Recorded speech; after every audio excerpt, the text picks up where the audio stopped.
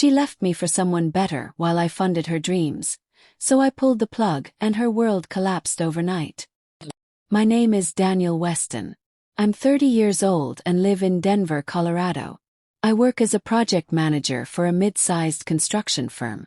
I make about $95K a year. Nothing flashy, but it's honest money. I live in a modest but comfortable 3-bedroom home that I purchased 3 years ago for $385,000 after years of grinding my way up from a laborer to where I am now.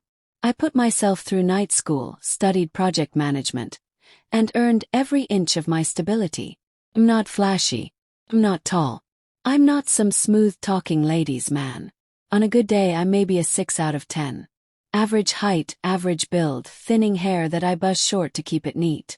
What I do have going for me is consistency. Loyalty. I show up for work, for friends, and especially in relationships. That reliability. Turns out, it attracts the worst kind of people if you're not careful. That's how I met Melanie. Chapter 1. The Setup.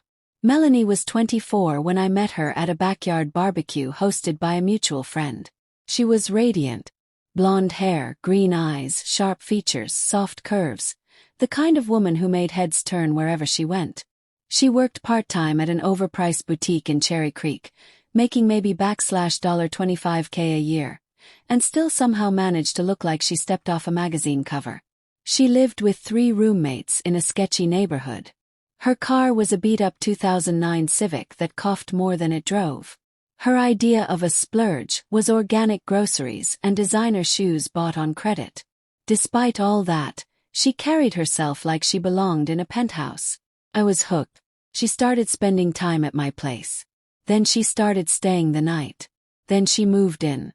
Within 6 months I was covering rent, groceries, gas, entertainment. All of it. And when she complained about how hard it was to afford graduate school, I made the worst financial decision of my life. Chapter 2. Funding the fantasy. She wanted to go back to school, an MBA in marketing. She'd sigh dramatically and say things like, "I'll never be more than a retail clerk unless I level up. But grad school's just so expensive." The school, Belmere University, charged $42,000 for their MBA. Melanie claimed her parents made too much to qualify her for aid, even though they refused to contribute a cent.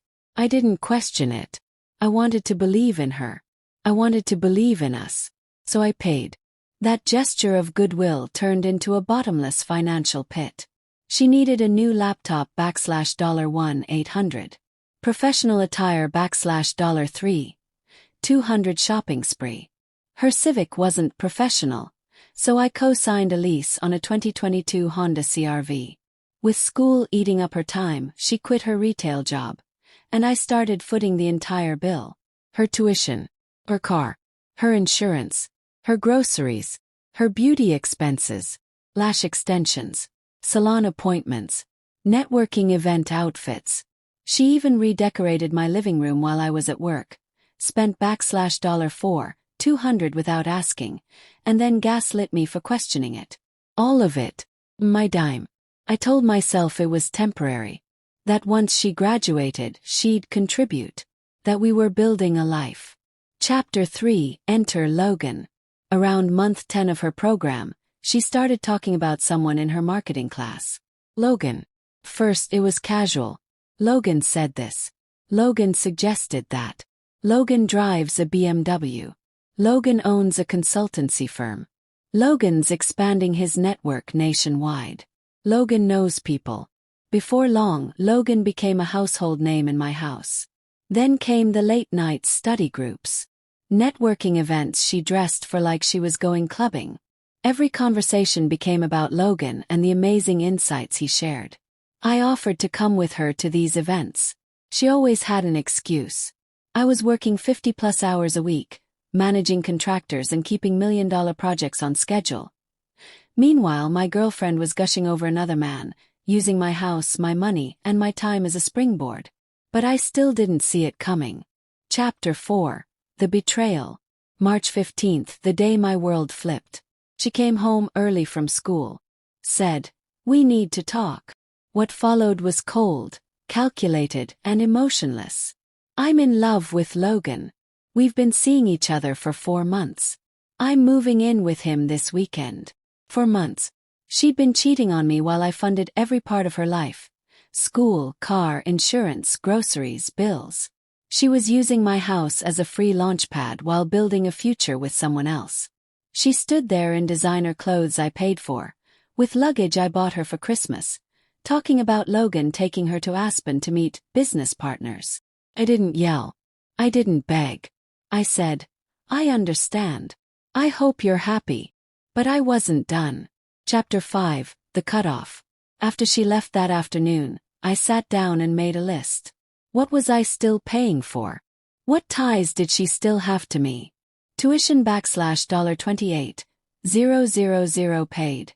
$14,000 pending. Car lease and insurance $600 month. Health insurance $240 month. Phone bill $85 month.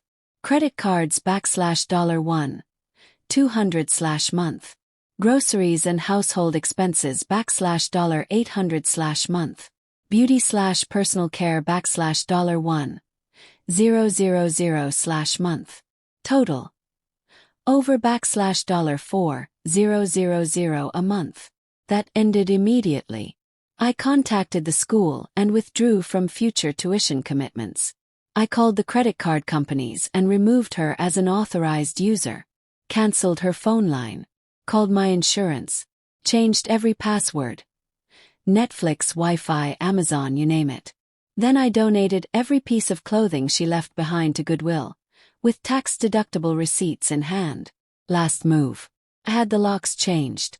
By the time she came back with Logan that evening, everything had changed. She tried her key, didn't work. I handed her a box with her makeup and jewelry. She noticed her luxury bracelet and necklace were missing. I returned them. She lost it.